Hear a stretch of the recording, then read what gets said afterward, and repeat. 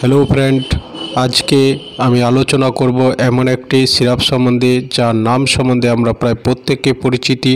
আজকে আমাদের আলোচনার বিষয় হবে প্রুলাস্টিন এম সাসপেনশন সম্বন্ধে।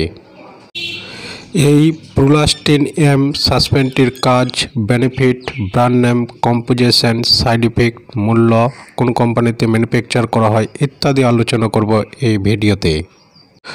তো ফ্রেন্ড, আমি চেষ্টা করব খুবই অল্প সময়ে শর্ট ভিডিওর মাধ্যমে জানকারি দেওয়ার, আর খুব সহজভাবে জানকারি দেওয়ার চেষ্টা করব যেন আপনাদের বুঝতে কোনো অসুবিধা না হয়।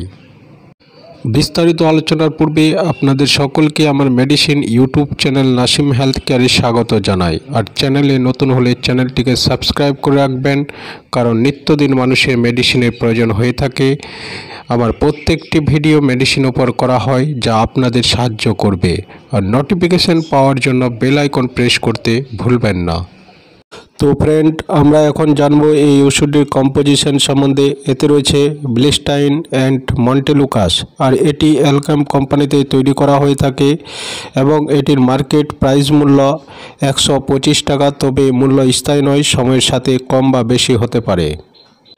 এবার আমরা জানবো এর কাজ বা বেনিফিট সম্বন্ধে। এটি সাধারণত হাঁপানি, অ্যালার্জি, রাইনাইটিস, শ্বাসকষ্ট, শ্বাসাকুড়ি, নিঃশ্বাস ফেলা এই ধরনের সমস্যা হলে এটি সেবনের কথা বলে থাকেন।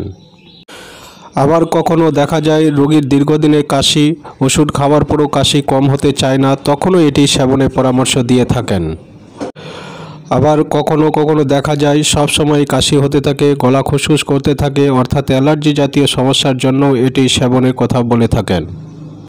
এ তো হলো কাজ। এবার আমরা জানবো এর ডোজের সম্বন্ধে। মনে রাখতে হবে প্রতিটি রোগী এবং তাদের সমস্যা ভিন্ন, কাজেই রোগীর ধরন ও চিকিৎসার ধরন ভিন্ন হতে পারে এবং রোগীর বয়সের উপর ডোজের পার্থক্য হতে পারে।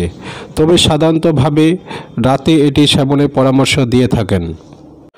তবে আপনাদের উদ্দেশ্যে বলে থাকি, যে কোনো মেডিসিন সেবনের পূর্বে অবশ্যই ডাক্তারের পরামর্শ নিয়ে তবেই সেবন করবেন। তো ফ্রেন্ড, আজকের ভিডিওটি এখান থেকেই। এতক্ষণ ধরে ভিডিওটি দেখার জন্য আপনাদের অসংখ্য ধন্যবাদ। পরবর্তীতে আবার একটি নতুন ভিডিও নিয়ে হাজির হব। ততক্ষণ আপনারা সকলেই ভালো থাকুন, সুস্থ থাকুন। বাই।